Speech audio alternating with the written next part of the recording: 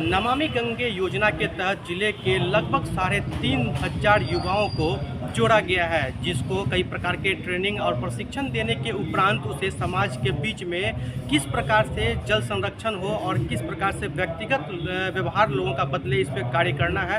कार्यक्रम में क्या सब होना है, क्या सब होता है, किस प्रकार का प्रशिक्षण आप लोगों को दिया जाता है। इस कार्यक्रम के अंतर्गत हम एक तरफ से अगर मान लें तो बच्चों को जल शक्ति मंत्रालय के अंतर्गत ये ट्रेनिंग और शुरुआत से लेकर के बात किया जाए तो जिस तरह से नदी नाले घर से कचरा जब निकलती है और कचरा निकलने के बाद जब गंगा नदी में किस तरह से हमारे योगदान के कारण प्रदूषित हो रही है, उसको तोड़ने का जो है कार्यक्रम। एक तरफ सरकार लाखों करोड़ रुपया खर्च करके बहा रही है गंगा नदी में पानी की तरह, लेकिन उस तरह और हम लोग एक तरफ जा करके वहाँ गंगा नदी प्रदूषित कर रहे हैं। उस चैनल को दूर करने के लिए, तोड़ने के लिए यहाँ से इस तरह का ट्रेनिंग करवाया जा रहा है। गंगा नदी से कितना नदी दरभंगा का जुड़ा हुआ है? लगभग अगर बात किया जाए तो बागमती, कमला, इस तरह को लेकर 10-15 ऐसे नदियाँ हैं जो ये गंगा नदी से जुड़ी हुई है दरभंगा।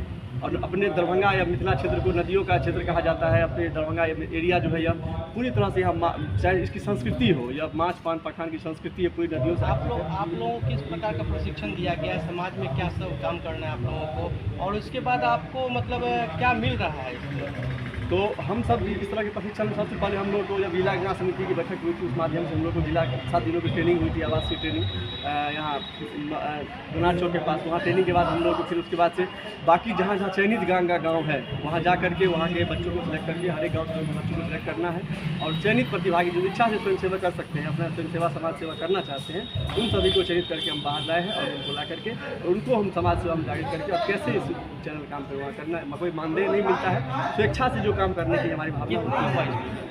अभी युवा की बात किया जाए तो हर एक प्रखंड से 3-4 ऐसे युवाओं को जोड़ा गया था, तो 14 है, तो 14 ये इसमें चयनित है। तो गाँव में कितने गांव में अगर टोटल काउंट किया जाए तो ट्रेनिंग खत्म करने के बाद अभी तक लगभग 3400-3500 के आसपास संख्या ऐसी हो चुकी है जो ये प्रतिष्ठित बच्चे हो चुके हैं, 15 से 29 साल के युवा। तो यहाँ पे नमामि गंगे के तहत युवा जुड़ रहे हैं और फिर एक नया कह सकते हैं कॉन्सेप्ट कि हर गांव में ग्रामीण स्तर पे नमामि गंगे क्लब का स्थापना किया जाए, जहाँ से लोग एक साथ बैठेंगे और जुड़ेंगे। वहाँ से एक प्लानिंग तैयार होगी कि किस प्रकार से नदी नालों को स्वच्छ किया जाए।